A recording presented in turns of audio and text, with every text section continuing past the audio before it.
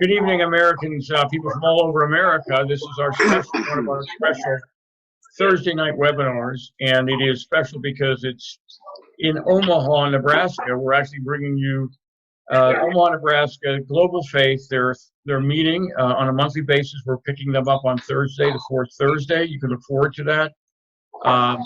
This is United West, Crime Stoppers. This is Global Faith's regular meeting. Our presenter tonight is Steve Kirby. Some of you have seen Steve before. Steve is an important expert in the field, a former Los Angeles detective and an author on all things related to Islam. We want you to know that your questions are welcome. You just do what you normally do, enter your questions on the Q&A button. Our resources in Omaha will interleave your questions with the questions from the audience. And with that, we're going to now turn it over to the meeting in progress in Omaha, Nebraska with Steve Kirby at the Global Faith meeting. Steve Kirby, go ahead. You're on. Okay, I'd like to welcome everybody here tonight. Can you hear me back in the room okay with the microphone? Okay. Okay. Well, maybe we get Vicki up here to take care of it real fast. I'll just talk a little bit louder. Tonight, the title of my presentation is Islam in Conflict with the Constitution. How can Muslims hold public office? And it's a very,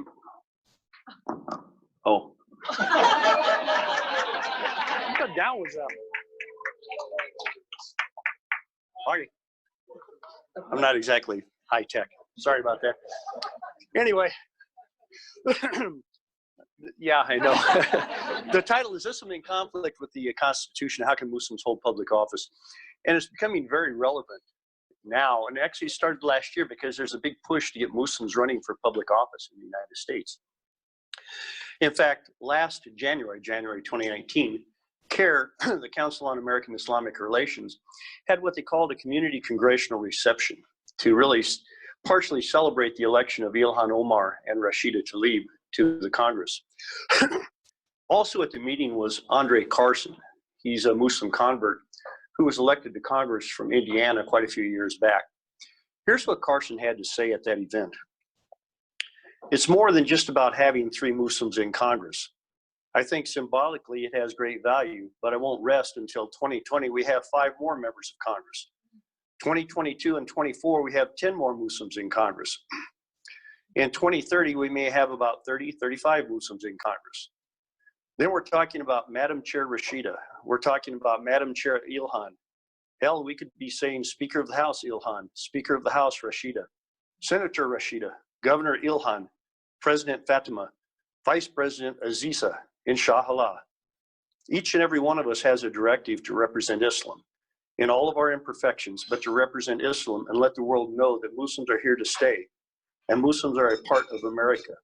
And we will have a Muslim caucus that is sizable, that is formidable, and that is here for you. They're quite upfront about what the goal is. Carson was calling for more Muslims to run for public office in the United States, while at the same time they would be representing Islam. But how can Muslims hold public office when major tenets of their religion are in conflict with the United States Constitution? And I wanted to go over 3 amendments briefly. In my book, I cover 6 amendments total. But let's look at the First Amendment, freedom of speech, freedom of religion. Freedom of speech is guaranteed in the United States. When it comes to Muhammad, however, there is no freedom of speech in Islam. Muhammad did not like to be criticized or reviled. He personally ordered the killing of a number of non-Muslims simply because they had criticized or mocked him. In September 624, Muhammad ordered the killing of Ka'b al-Ashraf, a Jewish poet in Medina who had criticized Muhammad. After Ka'b was killed, Muhammad said that a similar fate would befall anyone else who insulted him. Muhammad said, if he, Ka'b, had remained as others of similar opinion remained, he would not have been killed treacherously. But he hurt us and insulted us with poetry. And one does not do this among you, but he shall be put to the sword. Muhammad also killed poets in Mecca because of what they had written about him. This was mentioned in a letter written after the Muslim conquest of Mecca. It was sent to the poet Ka'b bin Zuhair, who used to satirize Muhammad from Ka'b's brother. And here's an excerpt. Allah's messenger killed some men in Mecca who used to satirize and harm him. and the poets who survived fled in all directions for their lives. So if you want to save your skin, hasten to Allah's messenger.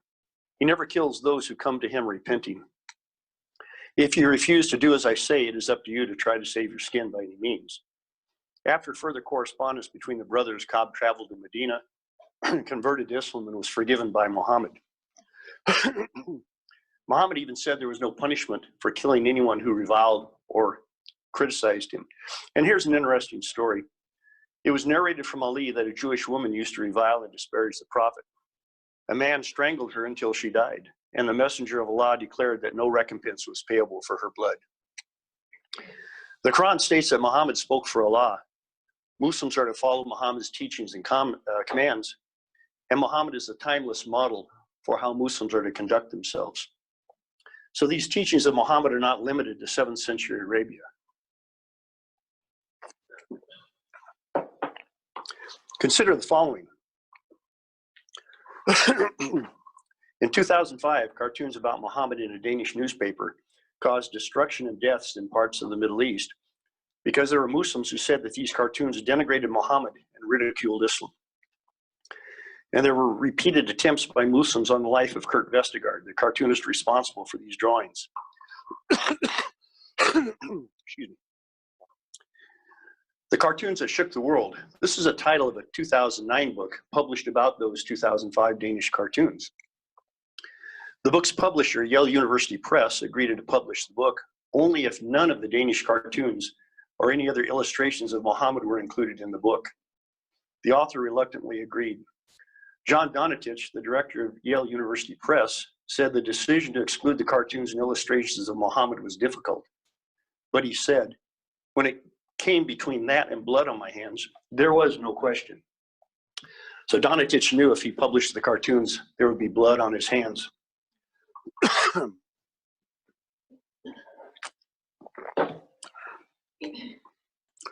In 2010, Molly Norris was the editorial cartoonist for the Seattle Weekly.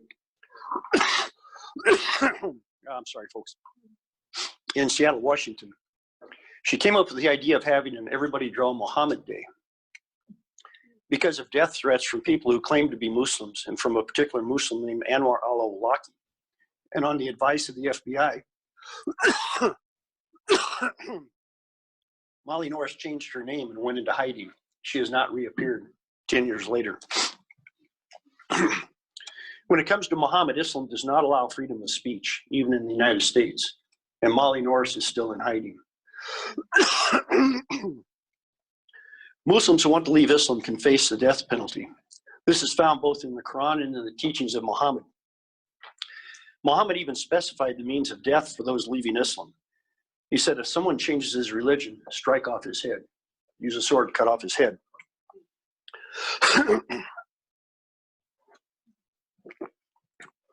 Is the death penalty for apostasy still relevant today? The modern Minhaj al-Muslim, one of the most popular books in the Arab world, had this to say about apostates. The apostate is someone who leaves the religion of Islam for another religion, such as Christianity or Judaism, for example, or for something that is not a religion. The ruling of the apostate is that he is invited for 3 days to return to Islam, as he is encouraged intensely to do so. If he returns to Islam, he will be left alone, and if not, he is killed with a sword. One of the most popular books in the Arab world. Under Islam, freedom of speech and religion are prohibited.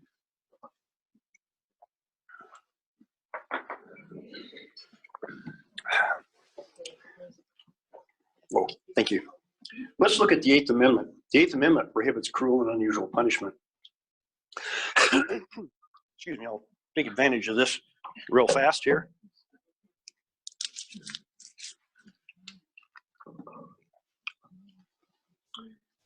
But the following punishments are allowed and even sometimes commanded by the Quran or the teachings and examples of Muhammad. Amputation and death for theft. Amputation of a hand and foot from opposite sides. Amputation of the fingers and toes. Beheading, burning people to death. Crucifixion. Flogging, stoning to death, and torture. In my book, I go into more details about each one of these in terms of the Eighth Amendment. But I'd like to just touch on one in particular here, stoning. Muhammad ordered many an adulterer to be stoned to death, as did subsequent Muslim leaders. Our modern Minhaj al-Muslim, the Minhaj al-Muslim means the way of the Muslim, by the way, noted if a person who commits zina, fornication, or adultery is a man or woman who is or has been legally married, then they are stoned to death with rocks. In fact, the Minhaj al-Muslim even described the procedure. A ditch is dug in the ground for the adulterer that reaches up to his chest. Then he is placed in it and stones are thrown at him until he dies in the presence of the imam. The woman is like the man in this matter, except that her garments are wrapped tightly around her so that she does not become exposed. Now, all right, thank you. Now you might be thinking, okay, this is over in the Middle East, that's fine. But here in the United States, we have Sirhaj Wahaj, the imam of the Al-Taqwa Mosque in Brooklyn. And in one of his sermons, he said this about stoning. The word in Quran, zina, means either fornication or adultery. If you commit zina and you're married, the punishment is death by stoning, capital punishment. And according to the modern Minhaj al-Muslim, homosexuals are to be stoned to death, whether married or not. This is what the Minhaj al-Muslim says. The punishment of homosexuality is stoning to death, with there being no difference between the married or unmarried person. The methods of killing them, the two who committed the homosexual act, that have been related from the companions of Muhammad have differed. From among them were those who burned them with fire, others among them killed them by stoning them with stones. Ibn Abbas said about them, the highest building in the village should be sought. Then they should be thrown from it upside down on their heads. Then they should be stoned after that. I don't know if you guys have seen any of the video when ISIS was running around the Middle East and what they would do with homosexuals. They were following the commands of Ibn Abbas there. You'd see them, they take the homosexual up to the top of a building and then throw the guy off. And if he was still alive on the ground, then they would stone him to death. So the Eighth Amendment prohibits cruel and unusual punishment. But unfortunately, Islamic doctrine allows various kinds of cruel and unusual punishment. 13th Amendment prohibits slavery. But in the Quran, there are various verses acknowledging and accepting the Muslim possession of slaves.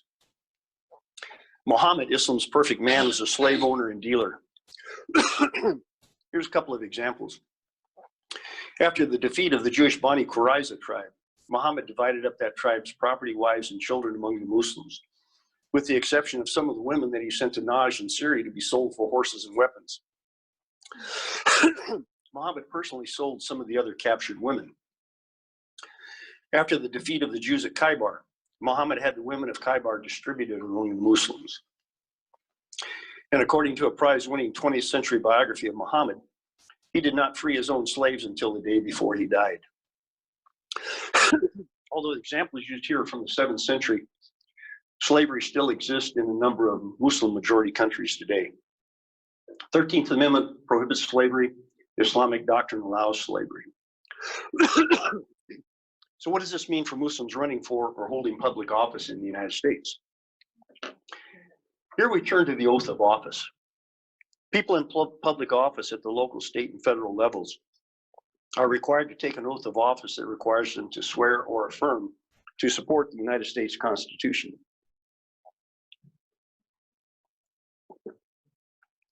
This is based on Article 6, Clause 3 of the Constitution. It's called the Oaths Clause.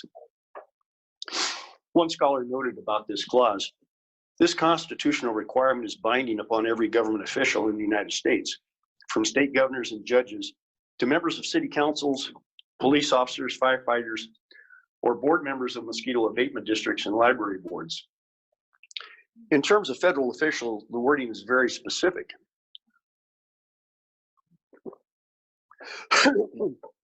And the oath ends with the words, "So help me God."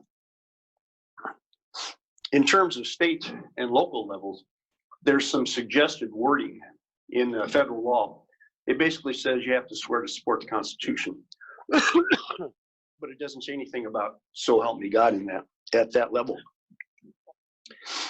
So considering the conflict between the U.S. Constitution and major tenets of Islamic doctrine, how then can a Muslim take an oath of office to support and defend that Constitution? Boy.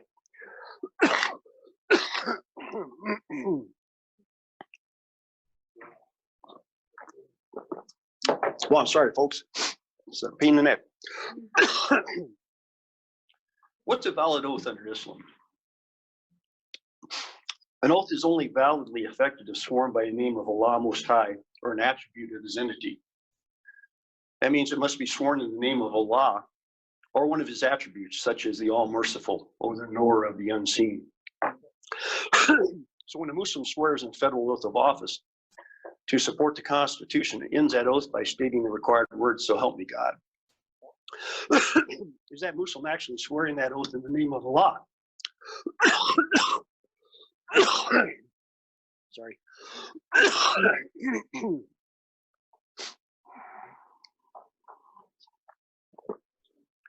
So when he ends the oath saying, so help me God, is he actually swearing that oath in the name of Allah? To answer that question, we have to remember Christianity played a heavy role in the founding of the United States. And during the 19th century, there was a resurgence. Christianity was playing a significant role. And there was a resurgence of concern about religion because of the Civil War. And it was during that time period, in 1862, that Congress added the word, so help me God, to the federal oaths.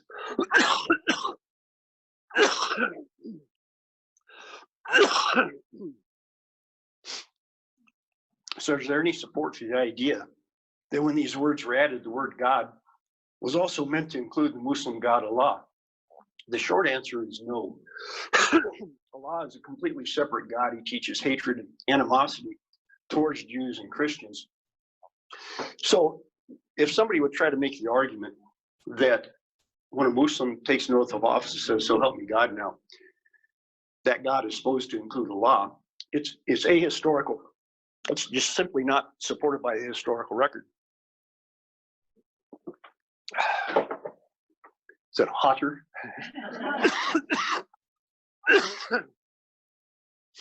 Something else too. If a Muslim says that, well, when he says, so help me God, he really means Allah. That's not correct either. Because there's so much conflict between the U.S. Constitution and Islamic doctrine. How can a Muslim swear to support the U.S. Constitution that is in so much conflict with their religion? How can they swear to their God that they support that Constitution that's in conflict with what their God teaches?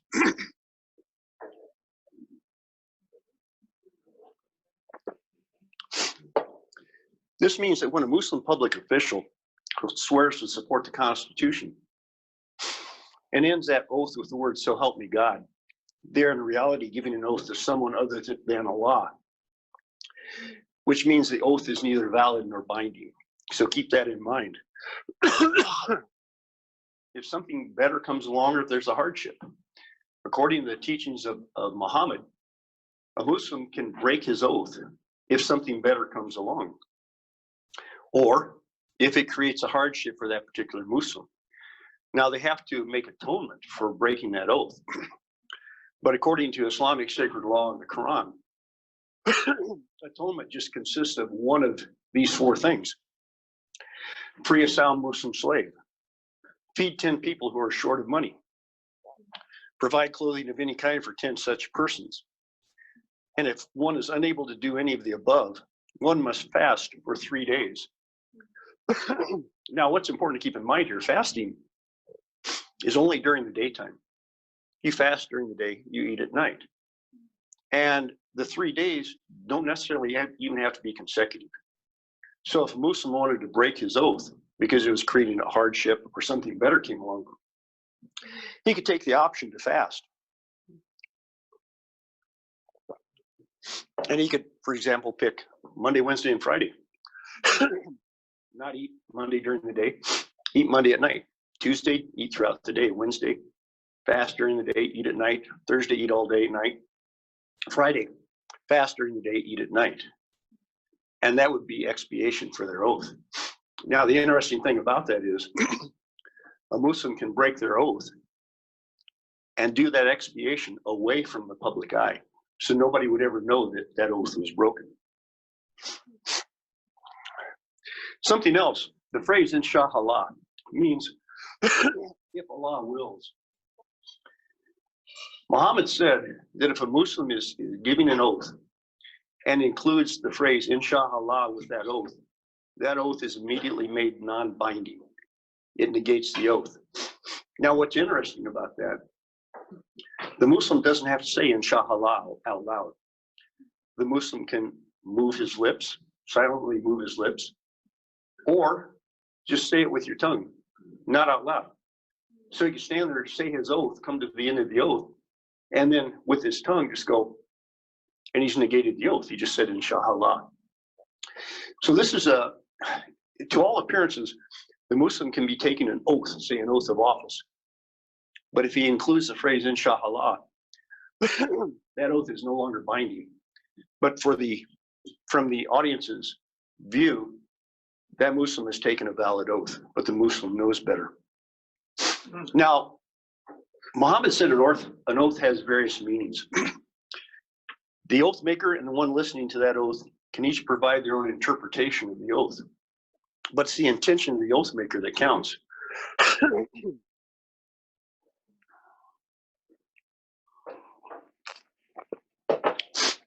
We go back to the Minhaj al-Muslim. Provided an example of this. The consideration in swearing and not swearing is based upon the intention of the one who is swearing the oath. As actions are based upon intentions. So whoever swears that he will not sleep on the ground and he means the bed, then his oath is considered based upon his intent. Therefore, he has not broken his oath as long as he does not sleep on the bed. So in this example, somebody would be hearing the Muslim swear an oath specifying one subject, while that Muslim was inwardly and silently directing that oath toward a completely different subject. Deception. And here's another example, and this is from 2010. The Assembly of Muslim Jurists of America. It's a group of Muslim scholars here in the United States. They talk about taking the oath of citizenship. They wrote, "There is no harm in citizenship if it is taken as a means of organizing the affairs of the residents outside the lands of Islam and establishing dawah and founding their institutions. This is so long as the citizenship's possessor keeps his loyalty to his creed and nation, Islam and the Muslims." Establishing dawah means to spread the word of Islam among non-Muslims. So according to this decision, Muslims are allowed to obtain citizenship in a non-Muslim country for purposes of spreading Islam, as long as they remain loyal to their creed and nation, Islam and the Muslims. And this is from the Assembly of Muslim Jurists in America. There's another consideration. At local and state levels, often the oath doesn't include a "so help me God" or reference to a deity. Consequently, from an Islamic doctrinal standpoint, that oath isn't valid. If it makes no reference to a deity, it's not a valid oath. At best, that Muslim is simply giving a personal guarantee that he will support the Constitution. And according to Muhammad, a Muslim is allowed to violate that personal guarantee with minimal consequences. This was illustrated in the orders Muhammad would give to some of his military commanders as he sent them out against non-Muslims. Muhammad said, "When you lay siege to a fort and the besieged appeal to you for protection in the name of Allah and His Prophet, do not accord to them the guarantee of Allah and His Prophet, but accord to them your own guarantee and the guarantee of your companions, for it is a lesser sin that the security given by you or your companions be disregarded, than that the security granted in the name of Allah and His Prophet be violated."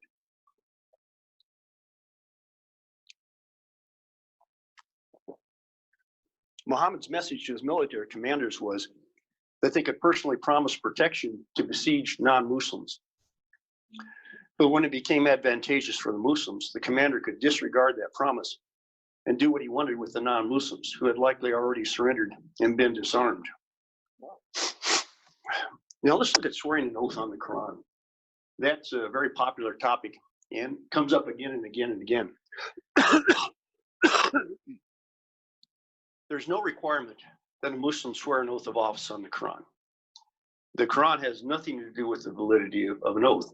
But on the other hand, Muslims aren't prohibited from swearing an oath on the Quran. What makes the oath valid is using the name of Allah or one of his attributes. In a way, the Quran is just kind of window dressing. Now, in 2007, a myth was created that a congressional oath of office had been sworn on the Quran. In that year, newly elected Congressman Keith Ellison, a Muslim convert, received extensive news coverage when he was photographed holding his hand on Jefferson's Quran while he was supposedly taking his congressional oath of office. In reality, Ellison had earlier joined other members of Congress in taking the official oath of office. The media attention had been directed towards Ellison's subsequent private ceremonial oath of office. Here's how Ellison had described the matter a few days prior. He said, "When I'm officially sworn in, I will do it the same exact way as every other congressperson-elect who was sworn in. We will all stand up and in unison lift our hand and swear to uphold that Constitution. And then later in a private ceremony, of course, I'll put my hand on a book that is the basis of my faith, which is Islam." In spite of Ellison's acknowledgement that he would be holding his hand on a Quran during the private ceremony, that took place after he had already taken the official oath of office, the myth was born that he had taken his official congressional oath of office, holding his hand on the Quran. The myth was given new life the next year when President Obama had this to say about Congressman Ellison in a speech at Cairo University in Egypt. President Obama said, "And when the first Muslim American was recently elected to Congress, he took the oath to defend our Constitution using the same Holy Quran that one of our founding fathers, Thomas Jefferson, kept in his personal library." The myth of swearing an official oath on the Quran became widespread after the 2018 congressional elections. In January 2019, two newly elected Muslim members of Congress, Ilhan Omar and Rashida Tlaib, took their official oath of office with the other members of Congress. Afterwards, each took a separate ceremonial oath of office with a hand on the Quran. But unfortunately, the myth about swearing the official oath of office continued to be spread by articles. And I looked at a number of articles. Some, you would look at the title of the article, and it would imply or say that the oath had been, it was the official oath of office. And it was only after you got into the article itself and read the details that you found out what they meant was the ceremonial oath of office. Now, even worse, I came across articles that were still claiming that what Rashida Tlaib and Ilhan Omar did was swear their official oath of office on the Quran. So the myth was perpetuated by headlines in some articles and then by headlines and the content of other articles. However, there were occasions in which the Quran was actually used for an official swearing-in ceremony. On February 8th, 2019, Fadwa Hammoud was sworn in as Michigan's first Muslim Solicitor General while holding her hand on the Quran.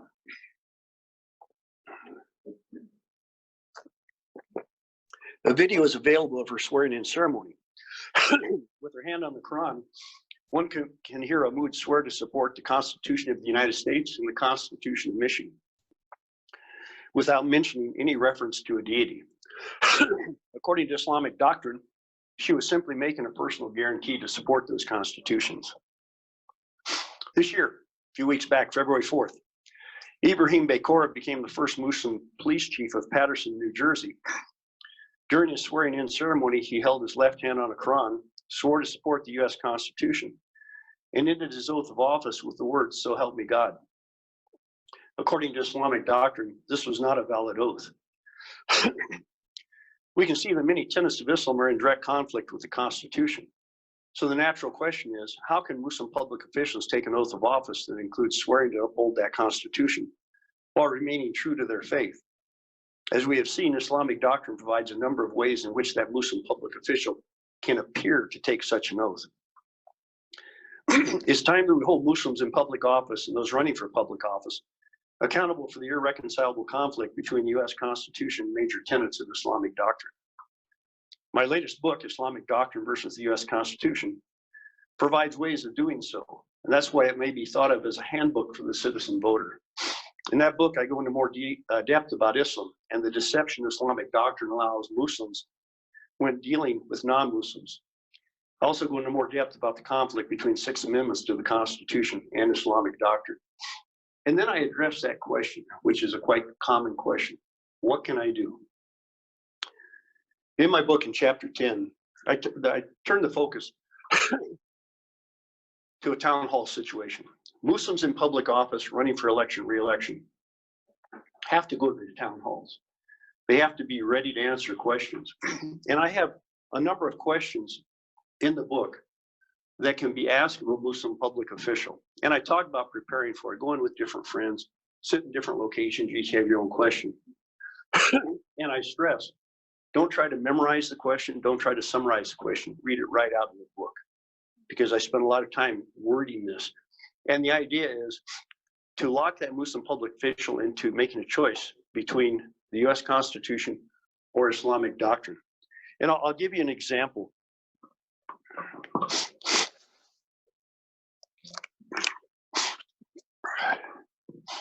This is a question from the chapter on the First Amendment. This is what you would read to the Muslim public official.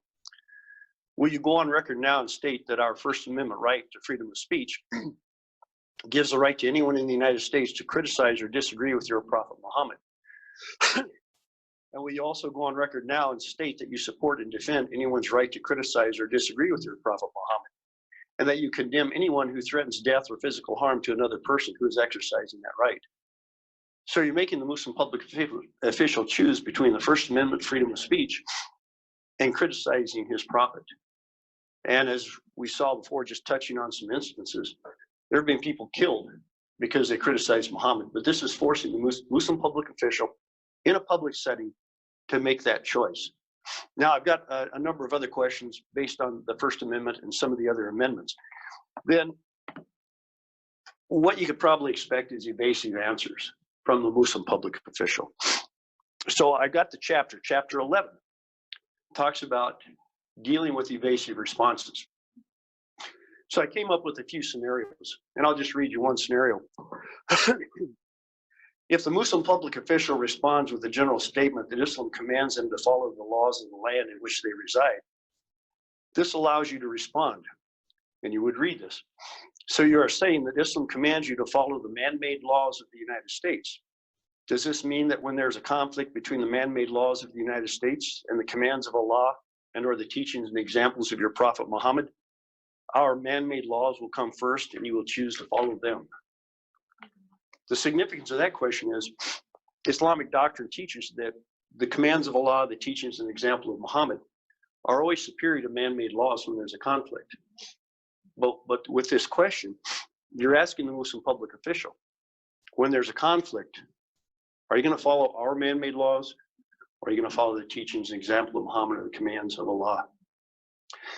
So the idea is there's a lot of Muslims running for office.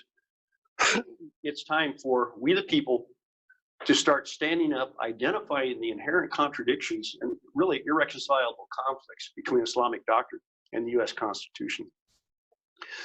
And go to the town hall meetings. If you've got a Muslim running for anything, school board, whatever, they still have to take an oath to uphold the US Constitution. That's the time.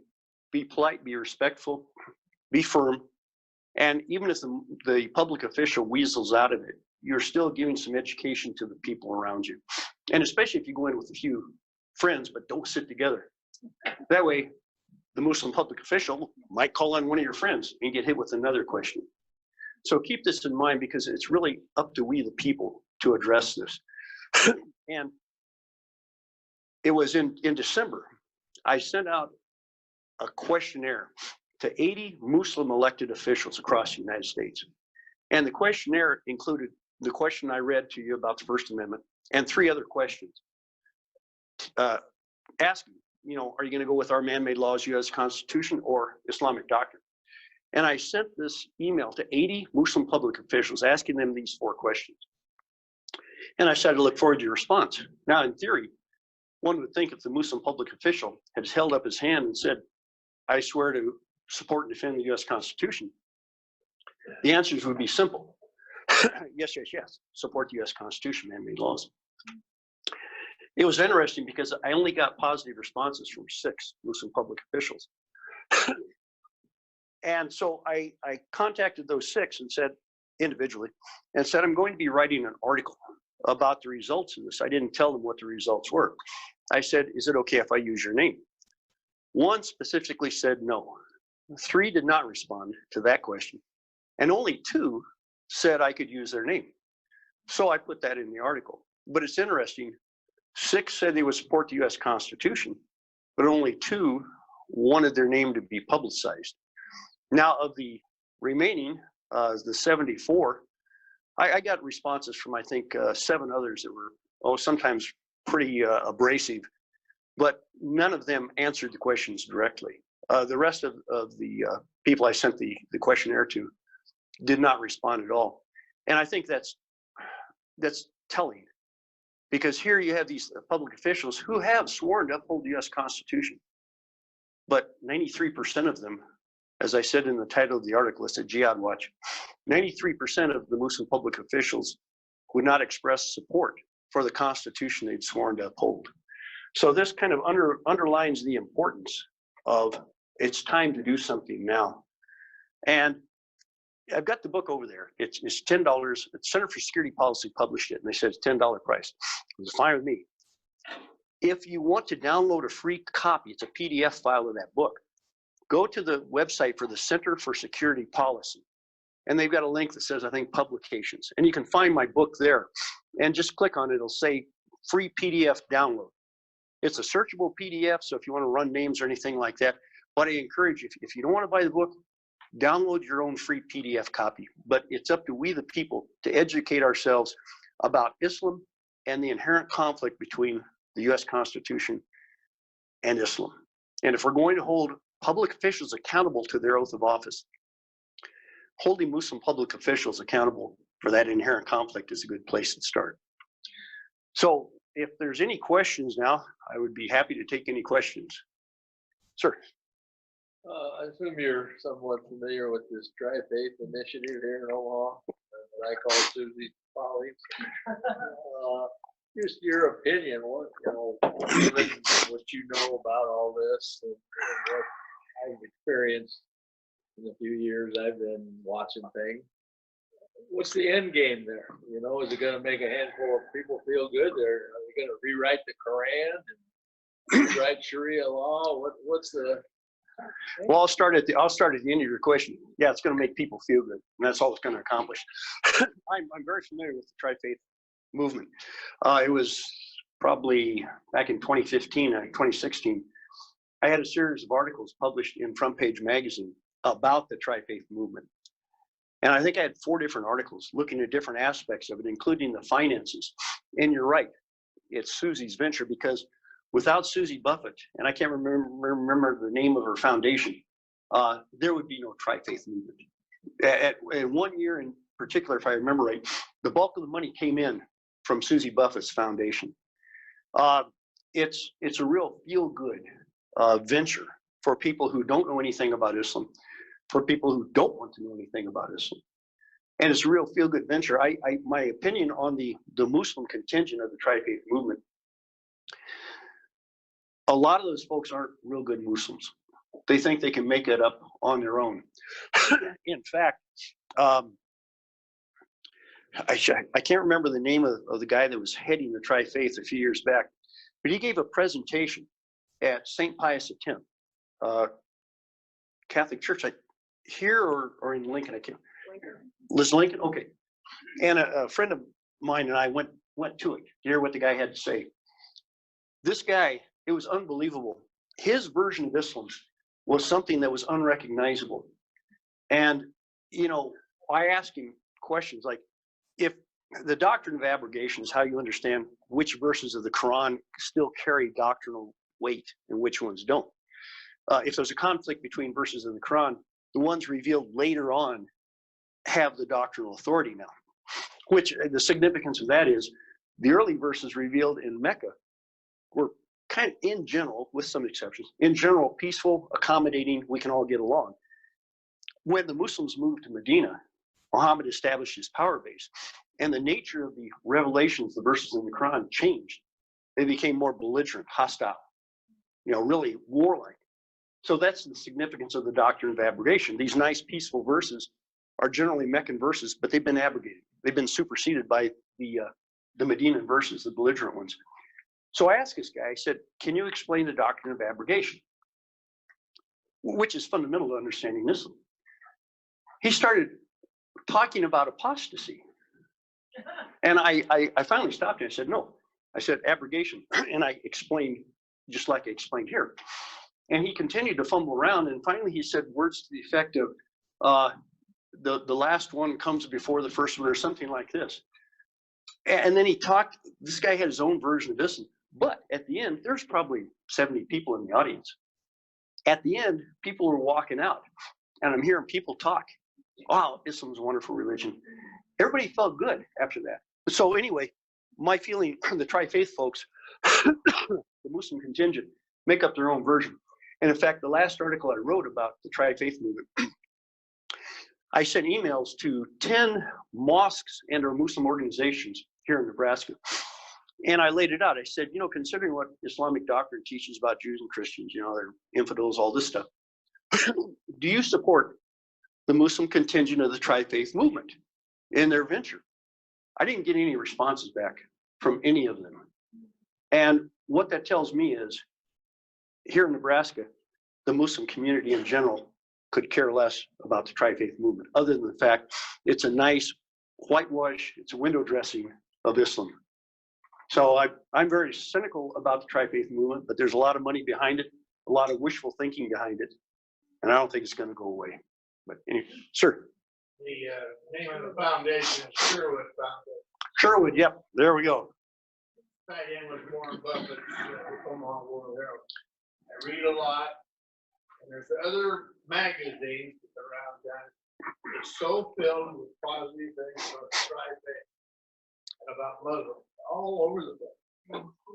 They will not print anything or put anything on the news.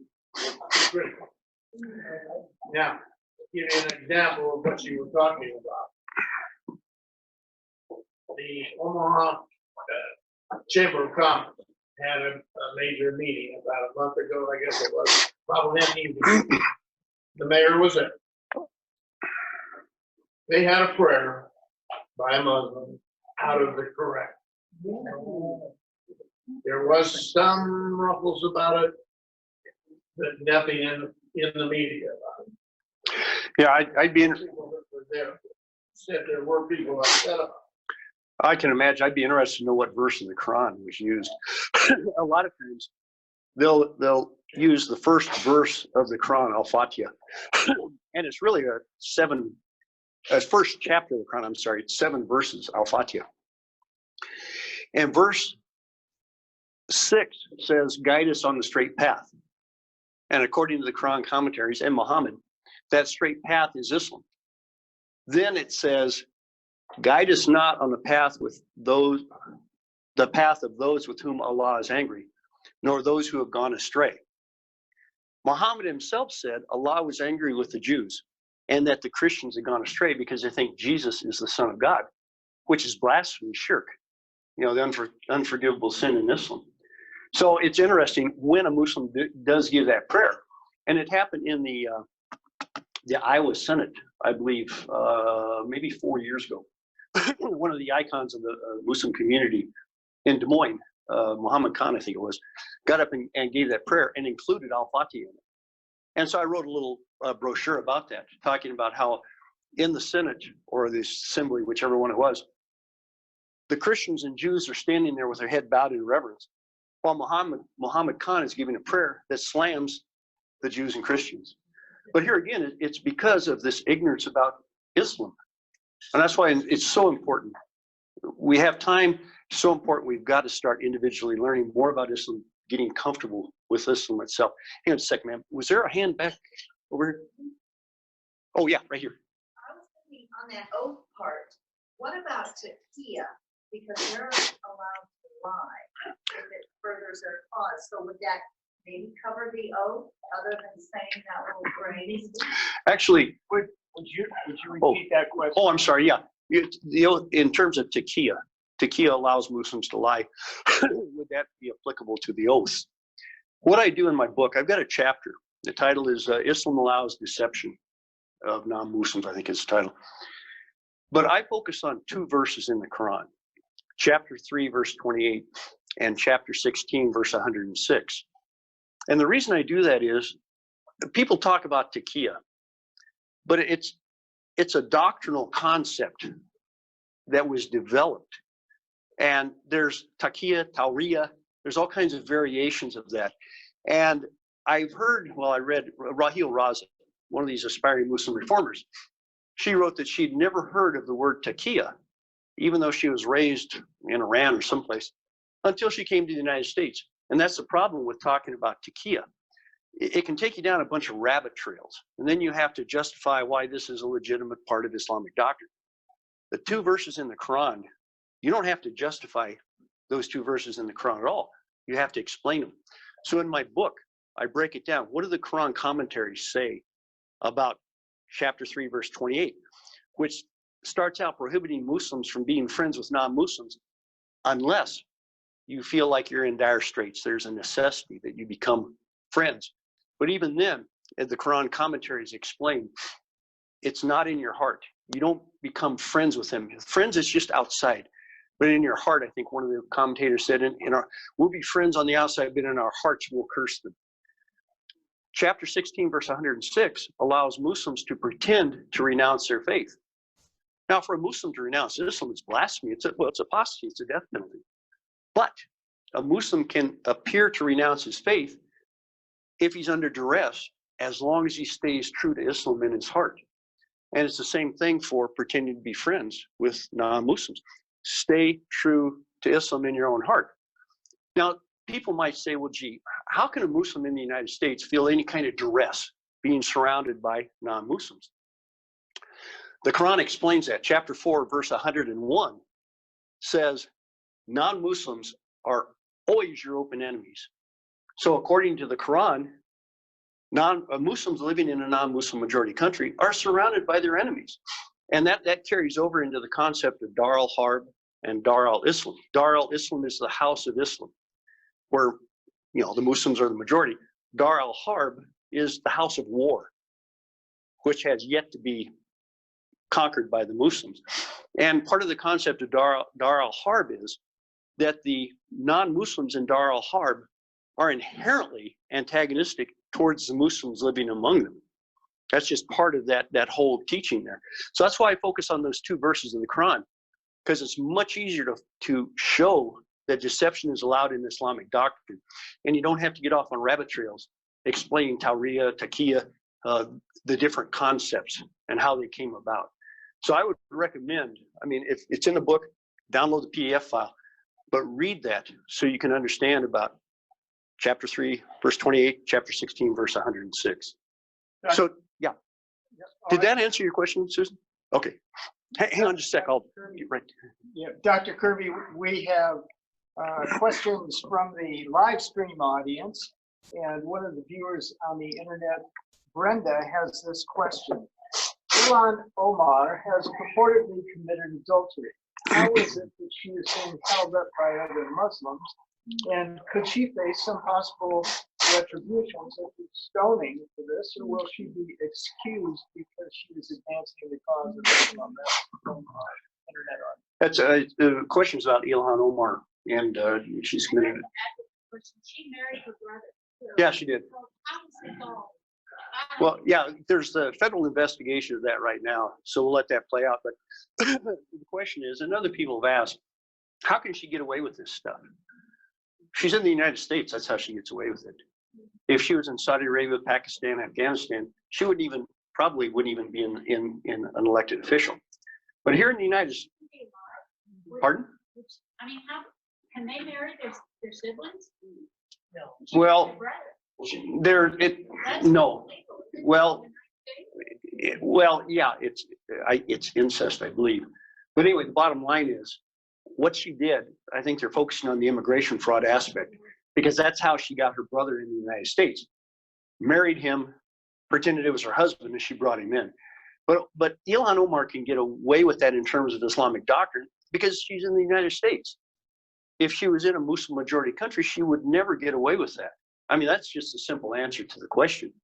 She has rights in the United States that she wouldn't have in any other country of the world. So, yeah, hang on just a sec. Was that?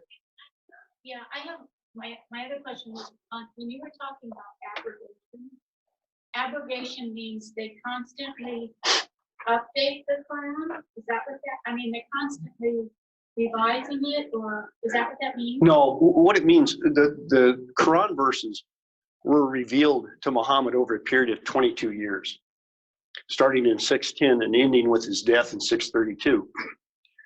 So the verses revealed when he was in Medina, Mecca, from 610 to 622, have a different tone to them because Muhammad was trying to get the religion off the ground. It's the bottom line. And he had a very small following. In fact, in 622, when the Muslims immigrated to Medina, there were estimates are around maybe 200 Muslim followers that Muhammad took to Medina. Now, once he got to Medina, the tone of the verses started, his revelation started changing, and they became more belligerent. And there were three things. Allah allowed the Muslims to fight. He allowed them to have plunder and divide plunder. And Allah said that if you die fighting in the cause of Allah, you will go to paradise, period. That's one guaranteed way for a Muslim to get to paradise. Die while fighting in the cause of Allah.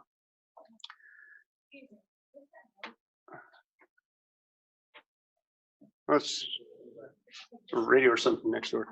Okay. Anyway, let me just finish with that. The significance of that is, after 12 years, more or less, of preaching Islam in Mecca, Muhammad had about 300 followers.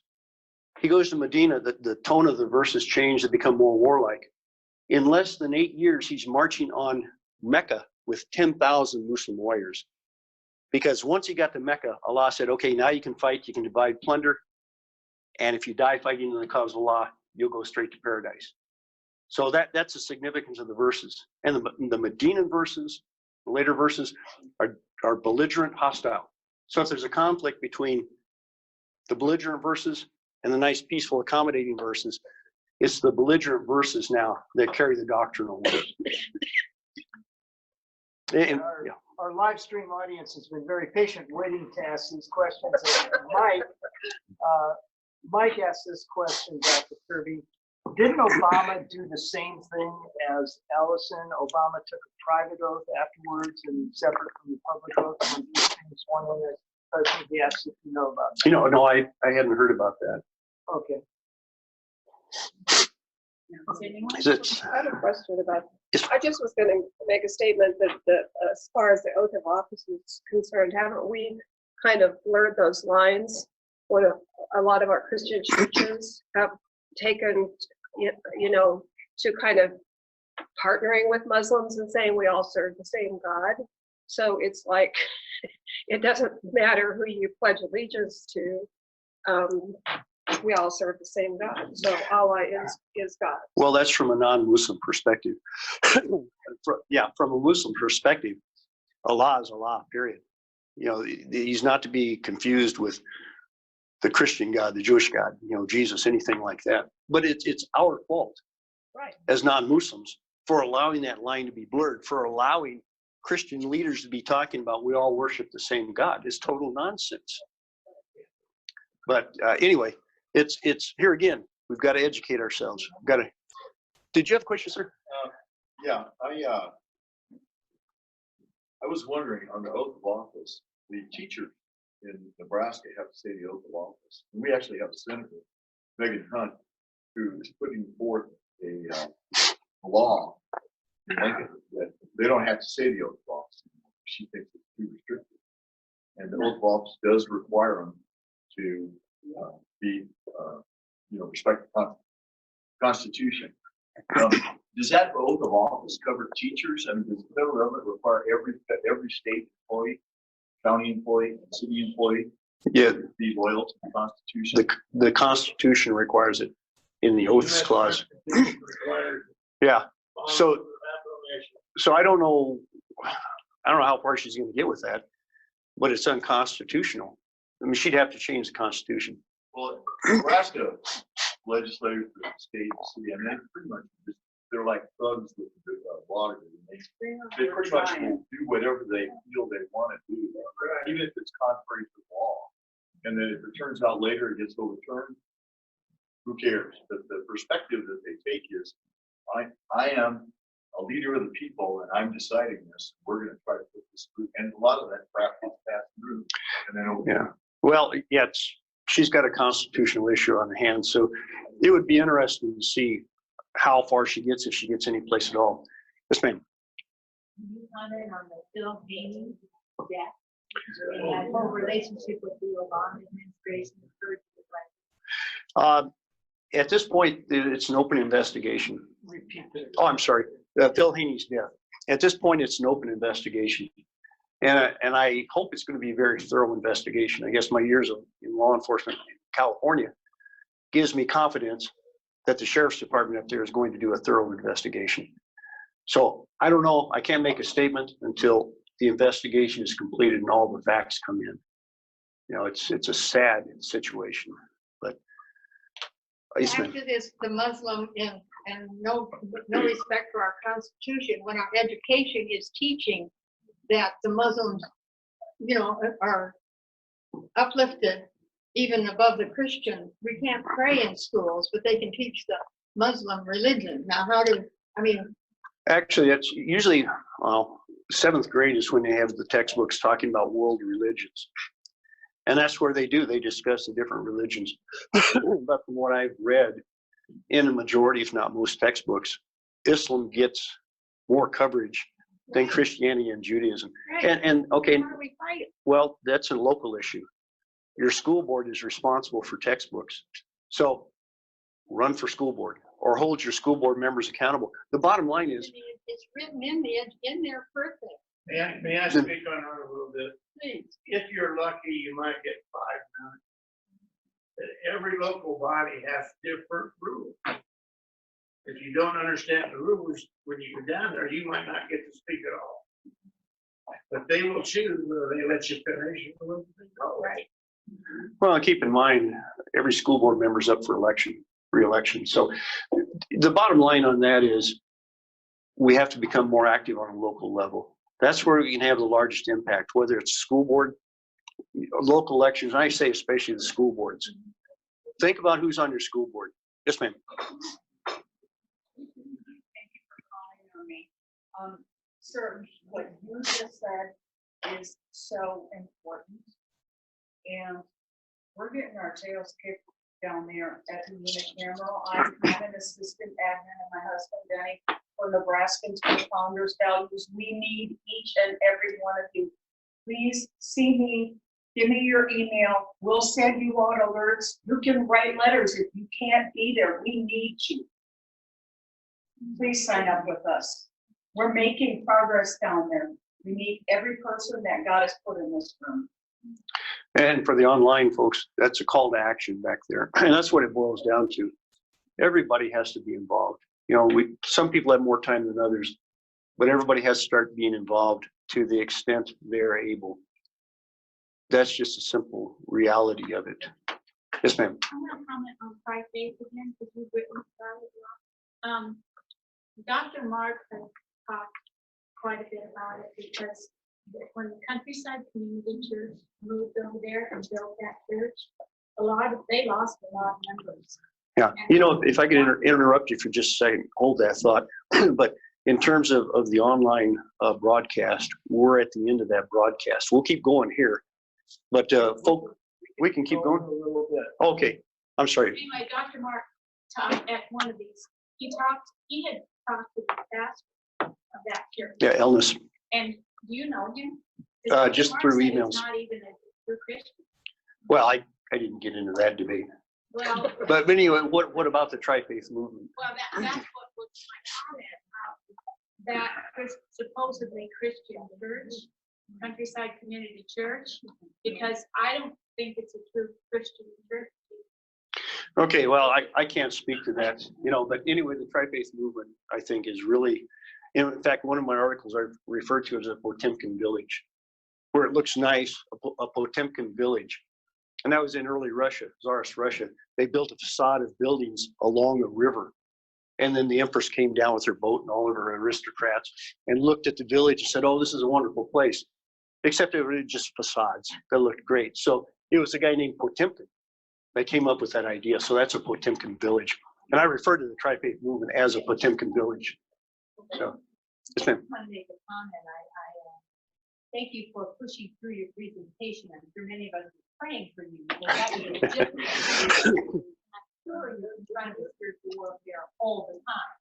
And having lived in the Middle East and having lived in India, more Christians are so unaware of the attack on their own faith because of their own biblical ignorance.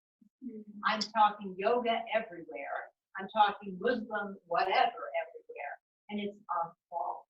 And so we need to really commit to the Lord that we will understand who He is. He cleansed the temple. He threw them out. And I think we need to stand courageously in the times in which we live. And I want to thank you that you pushed through and that the Lord heard our prayers for you. Well, thank you. I really appreciate that. I've got to admit, it's a little embarrassing up here. You know. Anyway, time. Yeah, one final question. From the live stream audience, and that is, after thanking you very much for the presentation, please repeat the website for the PDF download of the book. That's going to the Center for Security Policy. I don't have their website offhand, but you can just do a Google search, Center for Security Policy, and it'll pop up. And then you just look at, I think, the publications tab, and it lists all their publications, and you can just click on that and get to my book. So, okay, yeah, I had my website. If you don't have one of my cards, at super easy. at islamseries.org, and I've got plenty of cards up here. I've got a tab on my site that says brochures. There's 24 brochures there. Trifold format, PDF files, you can download, print out, whatever you want to do. But each one addresses a particular aspect of Islam. And it's footnoted too. So you can get in about 10 or 15 minutes, get a real good basic understanding of 24 different aspects of Islam. So it's Islam Series, ISLAMSERIES.org. Or you get one of my cards up there too. So, all right, listen, in terms of the online audience, I'd like to thank you guys for joining us, and we'll be signing off now.